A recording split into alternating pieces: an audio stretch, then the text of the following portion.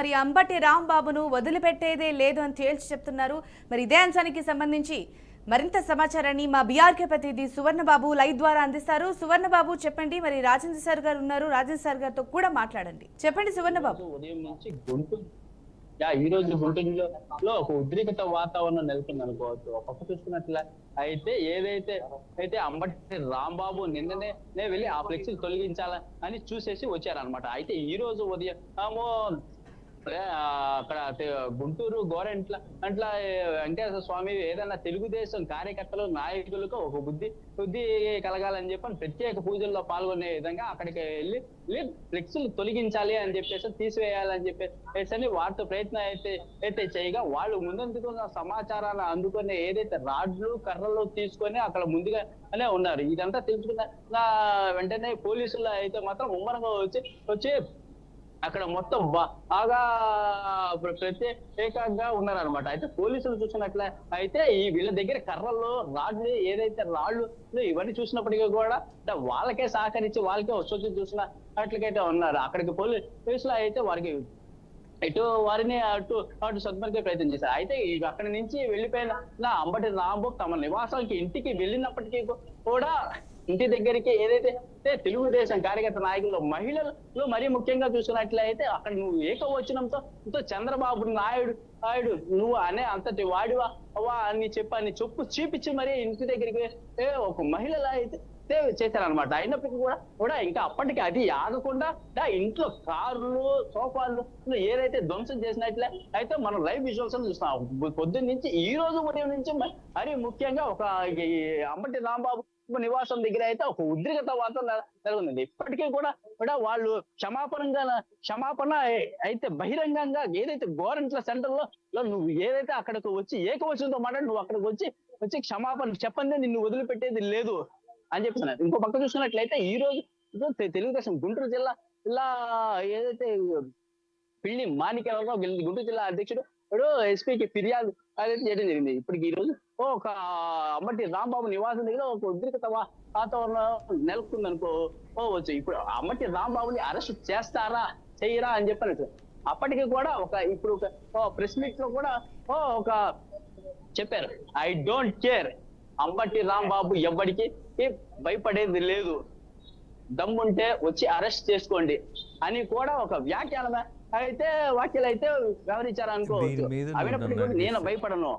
ఇప్పుడు red book రాజ్యాంగం నడుస్తుంది, ఇక్కడ ప్రభుత్వం నడవడం లేదు. పోలీసుల వ్యవస్థ మొత్తం వన్ సైడ్ అంటే కూటమి ప్రభుత్వానికే నడుస్తుంది. ఇప్పుడు పోలీసు చంద్రబాబు నాయుడు లోకేష్ చెప్పిన మాట అంటే వీళ్ళు నడుస్తున్నారు అని చెప్పేసి అన్నది అయితే అంబటి రాంబాబు అయితే ప్రత్యేకించి వ్యాఖ్యానిస్తున్నారు అనుకోవచ్చు.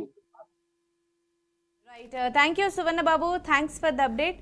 మరి సార్ ముఖ్యంగా ఈ విధంగా అయితే మరి సువర్ణబాబు తెలియజేస్తున్నారు, అక్కడ లైవ్ ద్వారా అప్డేట్స్ అయితే అందిస్తున్నారు. మరి అది ఎంతవరకు కరెక్ట్ అంటారు, ఎలా చూడొచ్చు అంటారు? ఐ డోంట్ కేర్ అనడం అనేది చాలా అలవాటైన పదం అంబటి రాంబాబుకి. అలాగే అడ్డంగా మాట్లాడడం అనేది ఆయనకి బాగా అలవాటైనటువంటి అంశం. దాన్ని నమ్ముతాడు ఆయన. రాజకీయాల్లో ఎప్పుడు ట్రెండింగ్లో ఉండటం చాలా ఇంపార్టెంట్ అన్నది ఆయన వ్యక్తిగతమైనటువంటి అభిప్రాయం. సో పోలీసులు ఇందులో ఈ మధ్యలో వీళ్ళు నలిగిపోతున్నారు. కారణం ఏంటి? ఇవాళ ఖచ్చితంగా కొంతమంది మీద చర్యలు తీసుకునేటటువంటి అవకాశం ఉంటుంది. ఒకటి, అంబటి రాంబాబుని ఏ రకంగానూ సమర్థనీయమైనటువంటి పరిస్థితి ఎవ్వరికీ ఉండదు. కానీ రియాక్షన్ ఉన్నదే, బూతుకు బూతు సమాధానం కాదు అన్నది దాడికి దాడి సమాధానం కూడా కాదు. రెండోది, ఇవాళ అంబటిని మరింత పెంచారేమో అన్నటువంటి పరిస్థితి ఒకసారి ఆలోచించాలి. ఆయన ఇంటి మీద దాడి చేసి ఆయనకి ఏదైనా కొంచెం సానుభూతి కలుగుతుందేమో అని ఎవరైనా భావిస్తే అది తప్పు అని చాలామంది ఖచ్చితంగా వాదిస్తారు. అసలు అతని పట్ల సానుభూతే ఉండదు అని. కానీ ఆయనకు ఒక వర్గం ఉంటుంది. ఒక రౌడీకైనా సరే ఒక టీం ఉంటారు, ఒక ఫ్యాక్షనిస్ట్కైనా కొంతమంది అనుచరులు ఉంటారు, ఒక ఉగ్రవాదికి కూడా అదే పరిస్థితుల్లో చాలామంది మద్దతుదారులు ఉంటారు. సమాజంలో ఉగ్రవాదం కానీ నేర ప్రవృత్తి కానీ ఒక భాగం. అలాగే రాజకీయాల్లో కూడా విలువలతో కూడినటువంటి రాజకీయం మనం ఆశిస్తే చాలా ఫూలిష్గా మనల్ని భావిస్తారు. ఎలా భావిస్తారు మీరు? రాజకీయాల్లో నైతికత ఏంటి, విలువలేంటి, బుద్ధుందా అని మనల్ని అడిగే పరిస్థితి ఇవాళ రాజకీయాల్లో కనపడుతున్నాయి. సో ఇవాళ అతని అరెస్టు అనివార్యం. అలాగే ఇంటి మీద దాడి చేసిన వాళ్ళ మీద ఖచ్చితంగా వైసీపీ కేసులు పెడుతుంది. వాళ్ళందరి ఫోటోలు అన్నీ తీసుకొని వాళ్ళు ఎక్కడెక్కడ ఉన్నా సరే వాళ్ళ మీద కేసులు పెడతారు. బట్ కేసులు పెట్టినంత మాత్రాన తీవ్రమైనటువంటి నేరారోపణలు ఏమైనా ఉంటాయా, నాన్ బెయిలబుల్ సెక్షన్స్ ఏమైనా ఉంటాయా? నథింగ్. సో ఈ రాద్ధాంతమంతా నా ఉద్దేశం మాత్రం కొద్దిగా మనం సంయమనంతో ఆలోచిస్తే, ఏదైతే గాంధీయిజం అంటామో ఇక్కడ చాలా ఇంపార్టెంట్. ఆవేశం వేరు, ఒక బాధాకరమైనటువంటి పరిస్థితి వేరు. నాయకుడిని ఎవడో పిచ్చోడు తిడితే నాయకుడు పరువు పోతుందా? ఒక్కసారి ఆలోచిద్దాం. నేను నీతులు చెప్పట్లా, బూతుకు బూతు సమాధానం కాదు అని మాత్రమే చెప్తున్నా. దాడికి దాడి సమాధానం ఎప్పుడూ కాదు. దట్టు ఇవాళ రాజ్యాంగబద్ధమైనటువంటి ప్రభుత్వాన్ని ముందుకు తీసుకెళ్తున్నటువంటి చంద్రబాబు నాయుడు లాంటి నాయకుడు, మీరే చెప్తారు ఆయనకి ప్రపంచం మొత్తం గుర్తింపు ఉన్నది, గౌరవం ఉన్నది, ఆయన మాట అంటే చాలా విలువ ఉన్నది, అభివృద్ధికి మంత్రం, అలాగే ఆయన పర్యాయ పదం అని చెప్తున్నటువంటి పరిస్థితుల్లో మరి ఈ రియాక్షన్ ఎందుకు? హాయిగా ప్రశాంతంగా ఇంటి ముందు కూర్చొని రాంబాబు బయటికి, నిన్ను అరెస్టు చేసేంత వరకు ఇక్కడి నుంచి కదలము అని కూర్చుంటే సరిపోతుందిగా. రెండోది చెప్పులు చూయించటం ఏంటి? దానివల్ల ఉపయోగం ఏంటి? ఏంటి దానికి సంకేతం? రాజకీయాల్లో చెప్పులు చూయించుకునేంత అవసరం ఉంటుందా? I don't know. Course Pawan Kalyan చూయించాడు కదా, అంటే ఆయన మదర్ని వాళ్ళు తిట్టినటువంటి తిట్టుకి ఆయన ఆవేశం అలా ఉన్నది. చెప్పుతో కొట్టలా, చెప్పు చూయించాడు. బట్ ఇవాళ దాన్నే అనుసరిస్తూ ఆ నాయకుడు చేశాడు కాబట్టి మనం కూడా చేస్తే బాగుంటుంది అనుకున్నటువంటి అలవాటు అదంత మంచిది కాదు. వివరణాత్మకమైనటువంటి విషయాన్ని మనం జనంలోకి తీసుకెళ్ళాలి. జరిగినటువంటి దాడిని సమర్థించుకోలేనటువంటి డిఫెన్స్లో ఎప్పుడూ పడకూడదు. పడ్డారు కాబట్టి, ఆవేశపడ్డారు కాబట్టి లెట్ ఇట్ బి. మరొకసారి ఇలాంటి పరిస్థితి రాకూడదు. ఇది మిగతా ప్రాంతాల్లో కూడా అనుసరించేటటువంటి అవకాశం ఇవ్వకూడదు.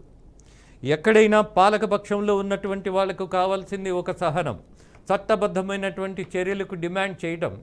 చంద్రబాబుని తిట్టిన వాడిని వదిలేయాల్సిన పరిస్థితి లేదు. రాజకీయాల్లో ఇలాంటి వాళ్లను ఎన్నుకోకుండా ఉండే ప్రయత్నం చేయాలి, కానీ వీళ్ళు రాజకీయాల్లో పనికి రారు అని మనం ప్రూవ్ చేయాలి. కానీ దాడి చేస్తే వచ్చేటటువంటిది ఏమున్నది? మరిన్ని బూతులు తిట్టేటటువంటి ఒక పిచ్చితనమో లేకపోతే ఒక వెర్రితనమో లేదా ఉన్మాదమో ఉన్నటువంటి నాయకుల మీద జరగాల్సింది ఈ బహిరంగ దాడులు కాదు. పటాభిని ఏం చేశారు? అతను మాట్లాడిన ఒకే ఒక పదానికి 3rd డిగ్రీ, మామూలుగా కాదు. ఇంటి మీద దాడి, అతని మీద దాడి, బతికి బట్టకట్టాడు. కానీ ఆ రోజు వైసీపీ నాయకులు చేసినటువంటి ప్రయత్నాల్లో ఆయన ఖచ్చితంగా చనిపోయేటటువంటి ప్రమాదం నుంచి తప్పుకోవటం ఆ కుటుంబం చేసుకున్నటువంటి అదృష్టమేమో. కానీ బట్ ఇక్కడ అలాంటి ప్రయత్నాలు అక్కర్లేదు, అస్సలు అక్కర్లా. బికాజ్ యు ఆర్ డిఫరెంట్ అని జనం భావిస్తున్నప్పుడు, అలాగే గత ప్రభుత్వం చేసినటువంటి అఘాయిత్యాలకు ప్రత్యామ్నాయం కావాలని మిమ్మల్ని తీసుకున్నప్పుడు, మీరు కూడా ఇలాంటి దాడులు చేసేటటువంటి పరిస్థితి తీసుకొచ్చి మీ అధినేతను చంద్రబాబు నాయుడిని, లోకేష్ని ఒక డిఫెన్స్లో పడేసేటటువంటి పరిస్థితి ఉండొద్దు. కోర్స్ ఇంకా దీని మీద ఇంతకంటే మాట్లాడాల్సిన పరిస్థితి లేదు. కానీ అంబటి రాంబాబు ఏం మాట్లాడినా నేను ఆశ్చర్యపోను. నేను అన్నట్టుగా ఆయనకి కావాల్సింది ఒక అరెస్ట్, కనీసం ఒక 10-15 రోజులు జైల్లో ఉండటం. That is his intention, that is his destination.